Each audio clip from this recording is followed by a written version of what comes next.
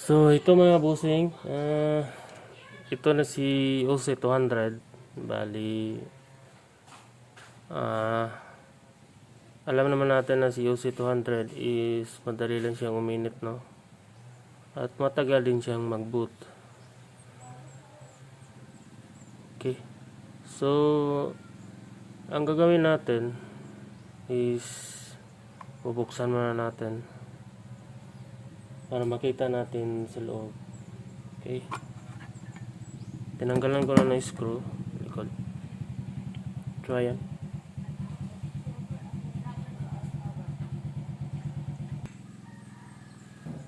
So, ang ginawa ko dito para hindi siya padaling uminit is bumili ako ng thermal pad. So, yung thermal pad is meron na akong nagawa ito dito. So, meron na ako siya, nilagay ko siya dito sa may CPU. Ito siguro yung CPU. So, dinikit ko lang siya dito para mabawasan naman yung init niya. Kasi yung CPU, dito nanggagaling lahat yung init niya.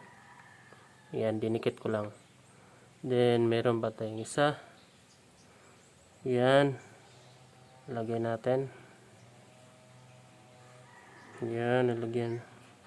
Para mabawasan yung init.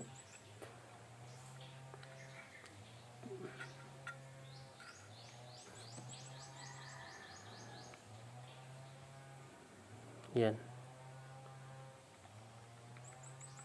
Kasi dito si UC200 is wala po siyang heatsink. Okay. So ginawa ko, nilagyan ko siya ng thermal pad para mabawasan yung init niya. Actually, ito namang case niya is isa din to sa mga heatsink. Pero hindi ako komportable dito. Itong casing niya, ginawa nilang heatsink, is hindi mabawasan talaga yung init niya. So mas maganda dito sa may CPU natin lalagyan ng thermal pad. Ayan, lahat na, lagyan nyo na. So mura lang naman tong thermal pad, siguro mga, hindi ako nagkamali, mga 100 plus lang. So lahat po ng device, yung AR605, yung switch ko, yung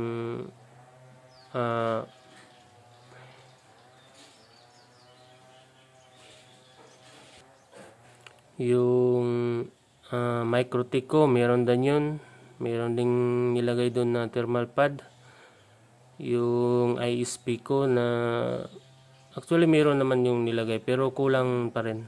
So nilagyan ko na lang. Yung ISP ko meron din yun. Nilagyan ko. So sana meron din kayong nakukuha dito. At sana ay makatulong sa mga baguhan sa hindi pa nila alam. So maganda na meron kayong thermal pad dito para hindi siya madaling uminit. So salamat, at sunod nating gagawin is yung wiring naman, kung paano ko siya ginawa. Okay. Thank you.